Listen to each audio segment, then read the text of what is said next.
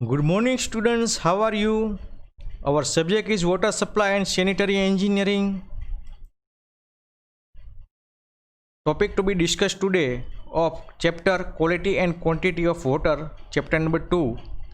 And our topic is types of demand of water and design period. તો વિદ્યાર્થી મિત્રો આપણે ગયા લેક્ચરમાં પહેલા ચેપ્ટર ઇન્ટ્રોડક્શનના suitability of the water, choice of source of water supply, criteria consider for the water supply scheme અને duties of the public health એન્જિનિયરનું આપણે ડિસ્કશન કર્યું હતું અને તેનું નોલેજ મેળવ્યું હતું. આજે આપણે પાણી પુરવઠો અને એની ગુણવત્તા એટલે કે સેકન્ડ ચેપ્ટરના બે ટોપિકનું ડિસ્કશન કરશું. તેમાં પહેલું છે types of demand of water અને design period. Before preparing a water supply plan for any town or city, the engineer has to do a physical study of water requirement. It means the consumption, type of consumption, estimate of number of consumer, and the calculation of the corresponding amount of the water supply and other factor related to the consumption.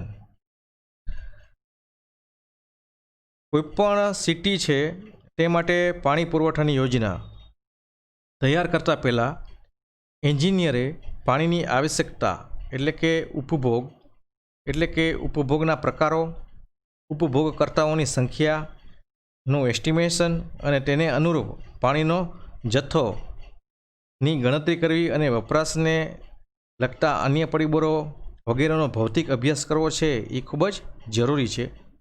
Physical study કરવી ખૂબ જ અગત્યની છે.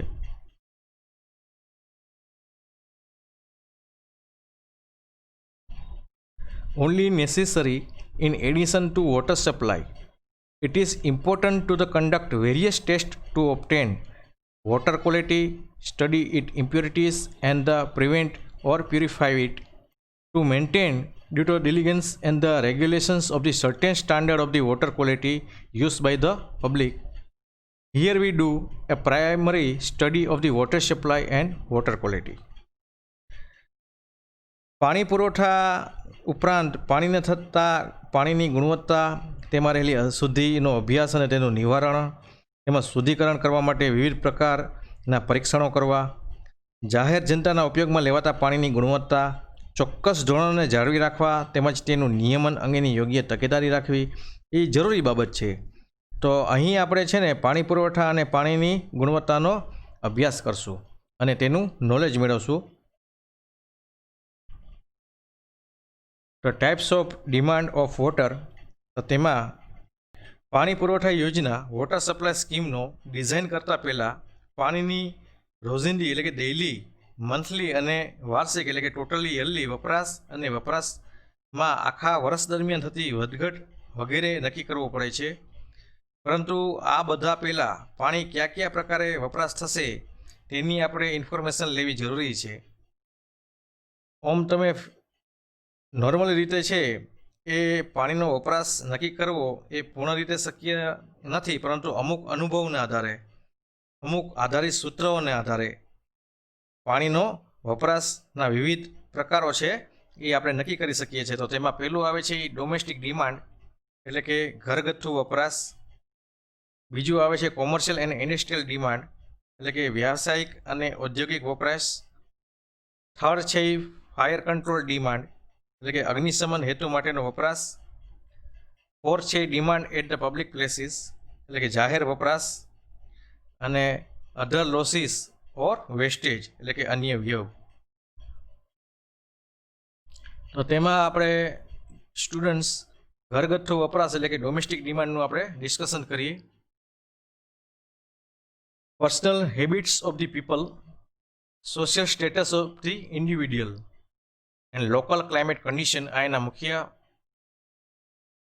ભાગ છે. એટલે કે પાણીનો ઘરગથ્થુ વપરાશ એટલે કે પાણીને પીવા માટે, સ્નાન માટે, કપડાં ધોવા માટે, ઘર અને શૌચાલયો વગેરેની સાફ સફાઈ તેમજ રસોઈ કાર્ય કરવા માટે વપરાશ થાય છે. હવે પાણીનો ઘરગથ્થુ ઉપયોગ છે એ મુખ્ય કઈ બાબતો પર આધાર રાખે છે કે લોકોની વ્યક્તિગત આદતો, personal habit of the people.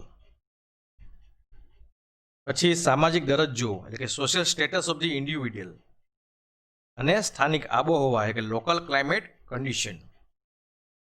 ભારતની માનક સંસ્થાના પ્રમાણે IS 1172-1993 અનુસાર 135 લીટર પર ડે પર person is required four the water in our country.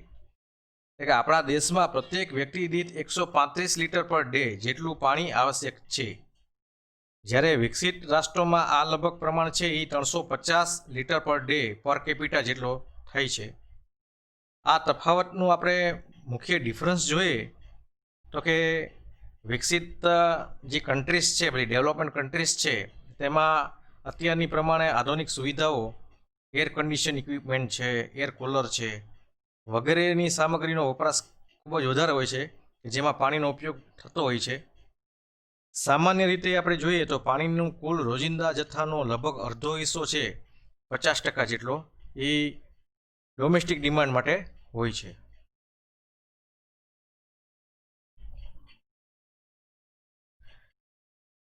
Second point આવે છે તે commercial and industrial demand. It include the private as well as public entertainment places, hotels, office, shopping centers, as well as manufacturing places like factories and industrial factories. એટલે કે તમે જુઓ તો વ્યવસાયિક અથવા તો ઔદ્યોગિક સ્થળોમાં ખાનગી તેમજ જાહેર મનોરંજનના સ્થળો, હોટલો છે, ઓફિસ છે, શોપિંગ સેન્ટર્સ છે, કારખાનાઓ છે અને ફેક્ટરીઝ છે કે જેવા ઉત્પાદન સ્થળો વગેરેનો સમાવેશ આ પ્રકારના ડિમાન્ડમાં થાય છે. Consumption of about a 1/4 to 1/3 part of the total water consumption in the type of the consumption. એટલે કે આ પ્રકારના ઉપભોગમાં પાણીના કુલ ઉપભોગના લગભગ 1/4 થી 1/3 જેટલો ભાગ વપરાશને ધ્યાનમાં રાખીને પાણી પુરવઠા યોજનાની આપણે જળરાશિની ડિઝાઇન કરવી જોઈએ. આ પ્રકારના વપરાશનો આધાર છે ને એ શહેરની રચના અને કોમર્શિયલનો ડેવલપમેન્ટ તેમજ જનતાના અને એરિયાના વિકાસ ઉપર આધાર રાખે છે.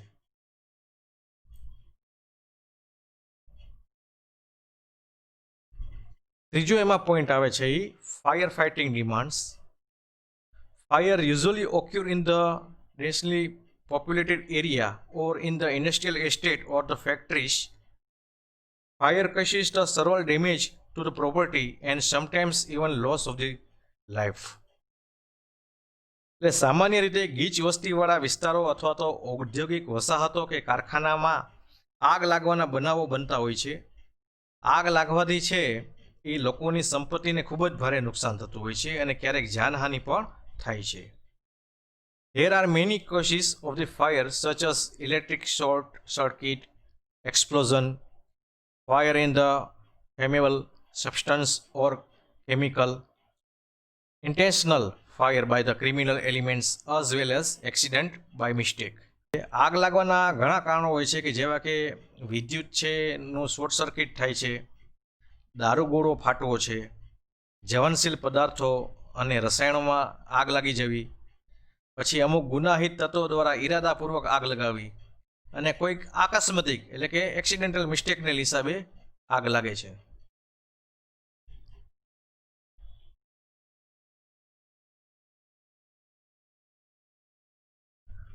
Fire brigade or the firefighting squad are set up in every city or municipality for firefighting.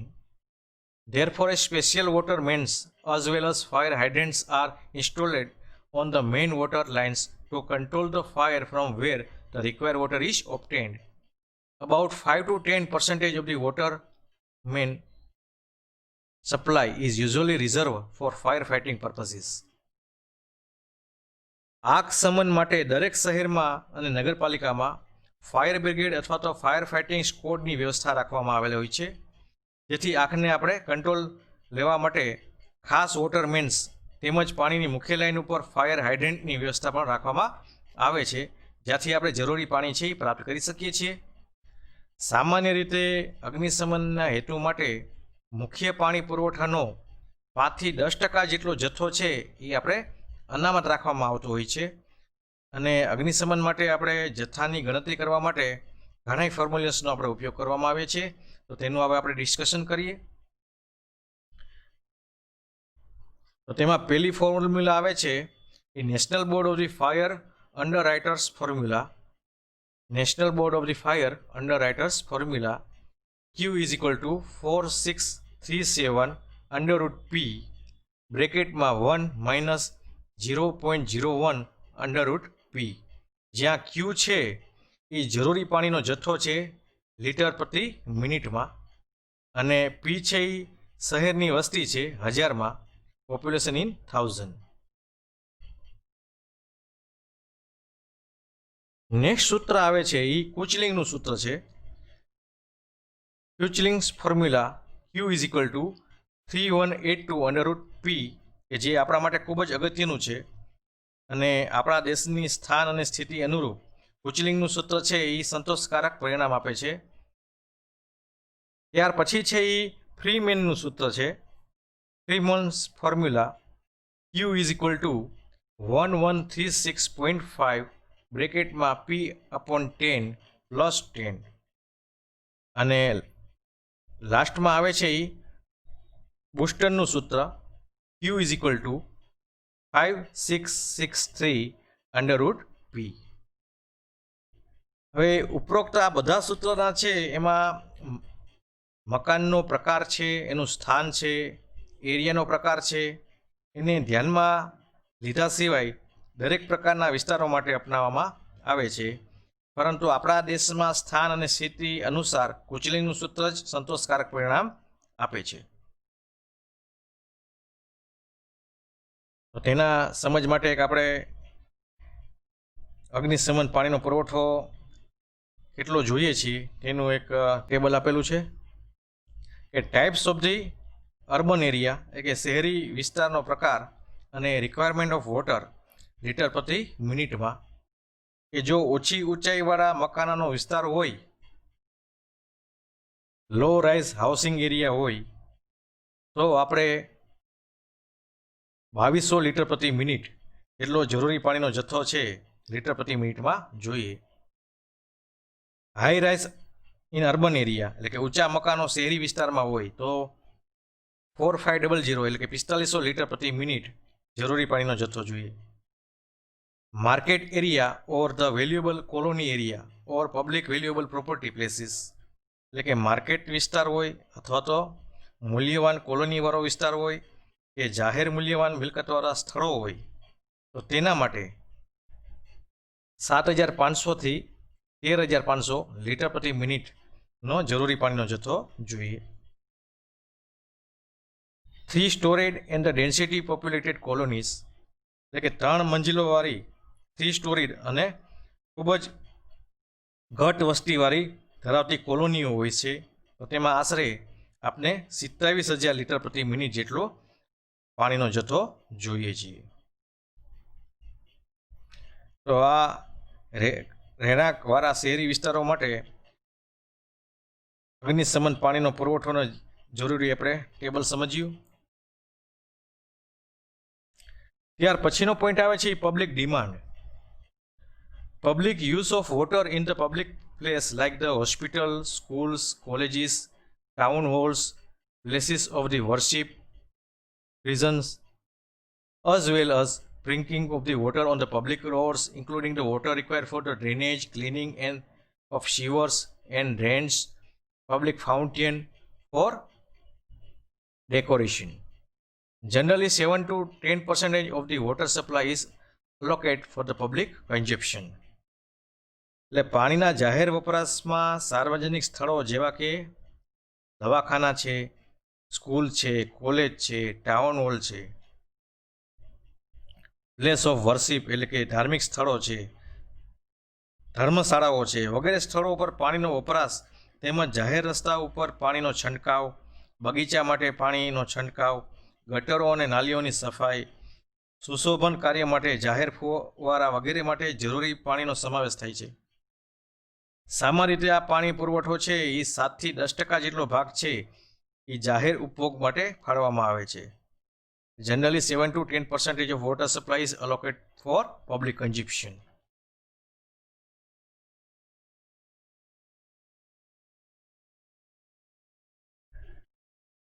Next છે topic demand for the other losses and wastage.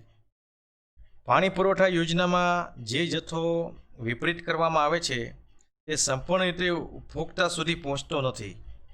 એટલે એમાં કયા કયા કારણો છે તો તેમાં છે ડિફેક્ટિવ પાઇપ જોઇન્ટ્સ એટલે કે ખામીયુક્ત સાંધાઓ આવે, ક્રેક્સ ઇન ધ પાઇપલાઇન્સ એટલે કે પાઇપલાઇનમાં તિરાડો પડવી, બ્રેકેજ ઇન ધ પાઇપલાઇન્સ એટલે કે પાઇપલાઇનમાં ભંગાણ પડવું, ફોલ્ટી વાલ્વ એન્ડ ફિટિંગ એટલે કે ખામીયુક્ત વાલ્વ અને fitting, loss due to the carelessness of the consumer એટલે કે ઉપભોક્તાની બેદરકારીના કારણે થતો વ્યવ, and water theft due to the unauthentic connection એટલે કે ગેરકાયદેસર જોડાણો થાય તેની મારફત થતી પાણીની ચોરી. આ બધા કારણો દ્વારા છે એ વોટર સપ્લાયની ગણતરીમાં જે વ્યવ થાય છે, લોસીસ થાય છે, તેનું પ્રમાણ છે એ લગભગ 15% જેટલું ધારવામાં આવે છે, 15%.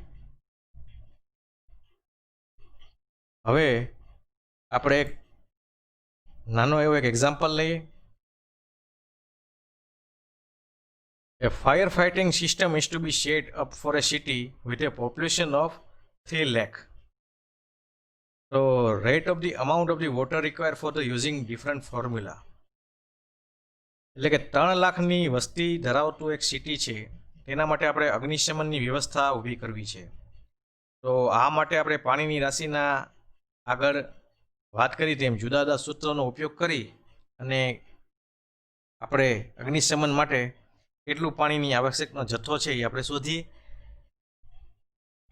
તો પહેલાં આપણે national board of the fire અંડર રાઇટરના સૂત્રથી ઇક્વેશનની મદદથી આપણે જરૂરી જથ્થો આપણે શોધીએ. તો તેનું સૂત્ર આપણે ખ્યાલ જ છે કે Q is equal to 4637 under root P બ્રેકેટમાં 1 માઇનસ 0.01 અંડર રૂટ પી. હવે પી છે એ આપણે ખ્યાલ જ છે કે પોપ્યુલેશન છે, વસ્તી છે, પણ એ આપણે હજારમાં લેવાની છે. એટલે કે 3 લાખનું આપણે કેટલા થશે કે 300,000 થશે. એટલે 4637 પી આપણે લેશું અહીંયા 300 under root 1 minus 0.01 under root 300. તો 4637 ઇન્ટુ મલ્ટીપ્લાઇડ બાય રૂટ 300નું વેલ્યુ આવશે 17.32 એ 17.32 કાઉન્સમાં 1 minus 0.01 into 17.32 is give value આપણે જથ્થો મળે છે એ 66,403 લીટર પ્રતિ મિનિટ મળે છે, કે જે આપને national board of the fire અંડર રાઇટરના સૂત્રથી મળેલો છે.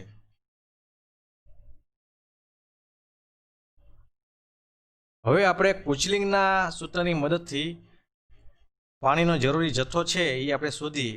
તો કુચલિંગનું સૂત્ર આપણે ખ્યાલ જ છે કે Q is equal to 3182 under root P 3182 multiplied by under root 300 એટલે કે 300. 3182 ઇન્ટુ 17.32. તો કુચલિંગના સૂત્રની મદદથી આપણે ક્યુની વેલ્યુએશન અહીંયા મળે છે 55,112 લીટર પર મિનિટ એટલે કે 55,112 લીટર પ્રતિ મિનિટ.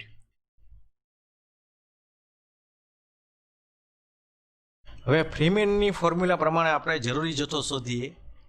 તો ફ્રીમેનના સૂત્ર છે આપણી પાસે તે Q is equal to 1136.5 બ્રેકેટમાં P upon 10 plus 10 is give us 1136.5.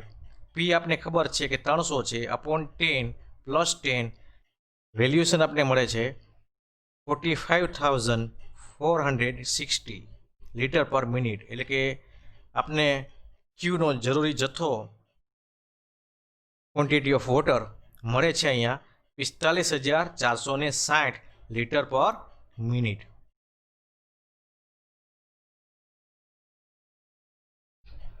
હવે બુસ્ટરના સૂત્રની મદદથી આપણે જરૂરી પાણીનો જથ્થો શોધી.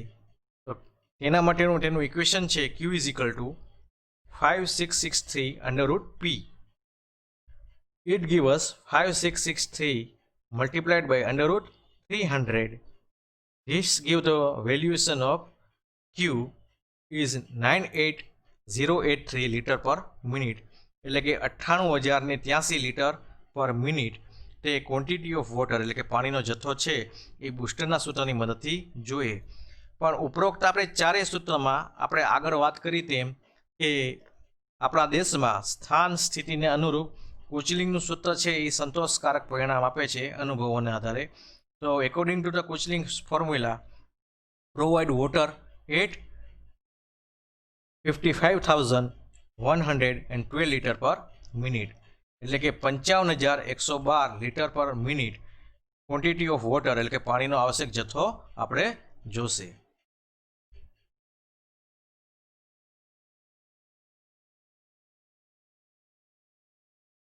ડિયર સ્ટુડન્ટ્સ, નેક્સ્ટ આપણે ટોપિક છે તે છે design period. In general, the design of a plant takes into the account the development of about 20 to 30 years in order for the plant to be needful for a long time and the population growth to be calculated or the predicted accordingly is calculated. After the completion of the scheme, the period for which the benefit will be available to the public is determined. This period is called the design period.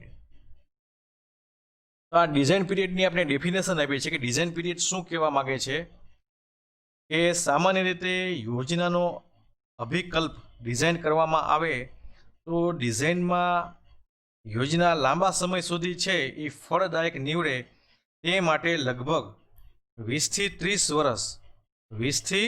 30 વર્ષના વિકાસને ધ્યાનમાં લેવામાં આવે છે અને તેને અનુસર થનારા વસ્તી વધારાને ગણતરીમાં અથવા તો આગાહી કરવામાં આવે છે. યોજના પૂર્ણ થયા પછી તેના લાભો છે એ જનતાને કેટલા વર્ષો સુધી મળશે તે સમયગાળો નક્કી કરવામાં આવે છે. તો આ સમયગાળાને આપણે શું કહેવામાં આવે છે તો કે ડિઝાઇન પીરિયડ કહેવામાં આવે છે. This period is called the design period. Most water supply schemes are designed for design period of 30 years. એટલે કે મોટાભાગની પાણી પુરવઠા યોજના છે એ 30 વર્ષના ડિઝાઇન પીરિયડ માટે ડિઝાઇન કરવામાં આવે છે. તો બહુ અગત્યની ડેફિનેશન છે. આપણે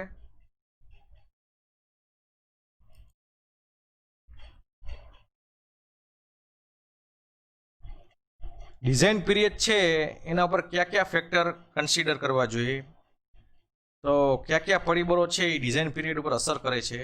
તો તેમાં આપણે પહેલું ફેક્ટર આવે છે કે money available for the project. If the more funds R available to complete the project the design period is shorter. એટલે કે પ્રોજેક્ટ માટે ઉપલબ્ધ નાણાંની જોગવાઈ કેટલી છે, ફંડ કેટલું છે. જો આપણે પ્રોજેક્ટ પૂર્ણ કરવા માટે વધારે નાણાં ઉપલબ્ધ હોય, વધારે ફંડ આપણી પાસે હોય તો ડિઝાઇન પીરિયડ છે એ આપણે ઓછામાં ઓછો રાખવો જોઈએ. બીજો આપણી પાસે તેમાં પોઈન્ટ આવે છે પોપ્યુલેશન ગ્રોથ રેટ, એટલે કે વસ્તી વધારાનો દર. If the population growth rate is high then the design period is short. એટલે કહેવા એમ માગે છે કે જો વસ્તી વધારાનો દર આપણે ઊંચો હોય તો ડિઝાઇન પીરિયડ છે એ ઓછામાં ઓછો રાખવો જોઈએ. ત્રીજો એમાં પોઈન્ટ આવે છે કે useful life of the pipes, structure and machine use for water works. એટલે કે વોટર વર્ક્સ માટે વપરાતી પાઇપો છે, સ્ટ્રક્ચર છે, મશીન છે, એની ઉપયોગી લાઈફ કેટલી છે. Longer useful life then the design period is keep longer. એટલે કે જો પાઇપ છે, સ્ટ્રક્ચર છે અને યંત્રોની ઉપયોગી લાઈફ વધારે હોય તો ડિઝાઇન પીરિયડ આપણે વધારે રાખવામાં આવે છે.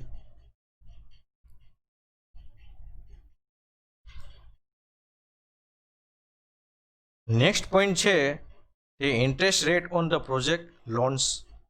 એટલે કે પ્રોજેક્ટ માટે લીધેલ લોન ઉપર વ્યાજનો દર. If the interest rate on the project loan is high the design period is keep short. એટલે કે જો પ્રોજેક્ટ માટે લીધેલા લોનની વ્યાજ દર ઊંચો હોય તો આપણે ડિઝાઇન પીરિયડ ઓછો રાખવામાં આવે છે. અને લાસ્ટ પોઈન્ટ છે એ પ્રોજેક્ટના એકમોની કાર્યદક્ષતા એટલે કે efficiency of the project unit. If the efficiency of the various unit of the project is high then the design period is keep longer. કે જો પ્રોજેક્ટના વિવિધ એકમોની કાર્યદક્ષતા ઊંચી હોય તો ડિઝાઇન પીરિયડ છે એ વધારે રાખવામાં આવે છે. તો સ્ટુડન્ટ્સ આ ખૂબ જ અગત્યનું વાત કરીએ આપણે કે ડિઝાઇન પીરિયડને અસર કરતા પરિબળો. તો તેમાં પ્રોજેક્ટ માટે ઉપલબ્ધ ફંડ, વસ્તી વધારાનો દર, વોટર વર્ક્સ માટે વપરાતી પાઇપ છે, સ્ટ્રક્ચર છે, યંત્રોની ઉપયોગી લાઈફ, પ્રોજેક્ટ માટે લીધેલ લોનનો વ્યાજનો દર અને પ્રોજેક્ટના એકમોની કાર્યદક્ષતા, આ 5 પોઈન્ટ છે એ અસર કરે છે. હવે એના પછી છે વિદ્યાર્થી મિત્રો તે ભારત સરકારના manual of the water supply માં વોટર સપ્લાય પ્રોજેક્ટના વિવિધ ઘટકો માટે ડિઝાઇન પીરિયડની ભલામણ કરવામાં આવી છે. તો તેના ઉપર આપણે થોડુંક ફોકસ કરીએ કે design period for the different component of the water supply scheme. તો એમાં આપણે આઇટમ જોઈએ તો સ્ટોરેજ બાય ડેમ. તો ડિઝાઇન પીરિયડ કેટલો રાખવામાં આવે છે કે 50 વર્ષ. ડિઝાઇન પીરિયડ ઇન યર કેટલો કે 50 વર્ષ. બીજું એમાં આવે છે પમ્પિંગ. પમ્પિંગમાં પંપ હાઉસ અને ઇલેક્ટ્રિક મોટર એન્ડ પમ્પ્સ. તો તેમાં પંપ હાઉસ માટે ડિઝાઇન પીરિયડ રાખવામાં આવે છે 30 અને ઇલેક્ટ્રિકલ મોટર અને પમ્પ્સ તેના માટે ડિઝાઇન પીરિયડ રાખવામાં આવે છે 15 એટલે કે 15 વર્ષ. પછી વિદ્યાર્થી મિત્રો આવે છે વોટર ટ્રીટમેન્ટ યુનિટ. તો તેનો ડિઝાઇન પીરિયડ રાખવામાં આવે છે 15 વર્ષનો, 15 યર્સનો.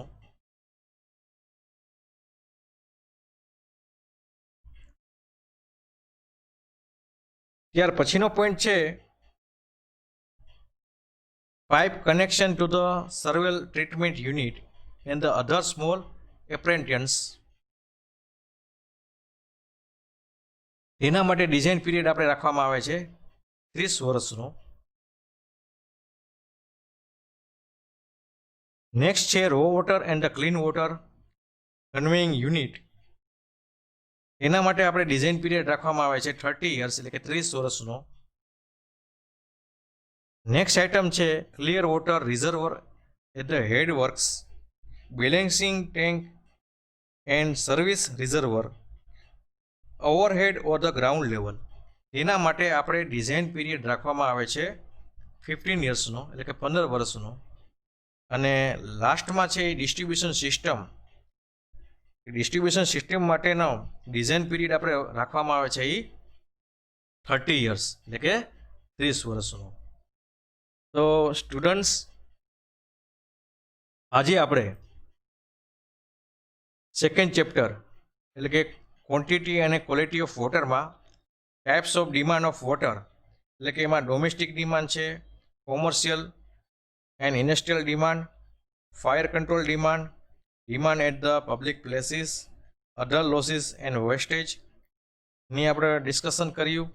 તેમજ national board fire underwriting formula, ક્યુચલિંગનું સૂત્ર, ફિમેનનું સૂત્ર, બુસ્ટરનું સૂત્ર વગેરે જે આપણે ફાયર ફાઇટિંગ માટે વાપરીએ છીએ તેનું આપણે ડિસ્કશન કર્યું અને એક એક્ઝામ્પલ દ્વારા સમજ્યા. તેમજ લાસ્ટમાં આપણે લાસ્ટ ટોપિક ડિઝાઇન પીરિયડ કે ડિઝાઇન પીરિયડ એટલે શું, તેમજ ડિઝાઇન પીરિયડને અસર કરતા પરિબળોમાં પ્રોજેક્ટ માટે ફંડ, વસ્તી વધારાનો દર, વોટર વર્ક્સ માટે વપરાતી પાઇપ, સ્ટ્રક્ચર અને યંત્રોના ઉપયોગી લાઈફ, પ્રોજેક્ટ માટે લીધેલ લોન ઉપરનો વ્યાજ અને પ્રોજેક્ટ માટે એકમની કાર્યદક્ષતા, તેમજ design period for the different component of the water supply સ્કીમનું ડિસ્કશન કર્યું અને એનું નોલેજ મેળવ્યું. Thank you.